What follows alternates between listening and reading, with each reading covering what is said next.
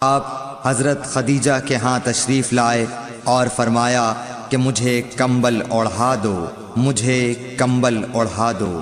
لوگوں نے آپ کو کمبل اوڑھا دیا۔ جب آپ کا ڈر جاتا رہا تو آپ نے اپنی زوجہ محترمہ حضرت خدیجہ رضی اللہ تعالی عنہا کو تفصیل کے ساتھ یہ واقعہ سنایا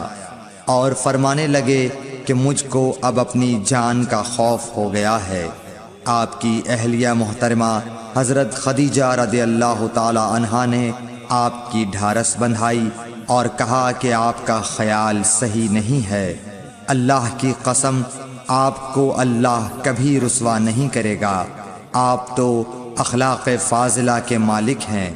آپ تو کنبہ پرور ہیں، بے کسوں کا بوجھ اپنے سر پر رکھتے ہیں، مفلسوں کے لیے آپ کماتے ہیں، مہمان نوازی میں آپ بے مثال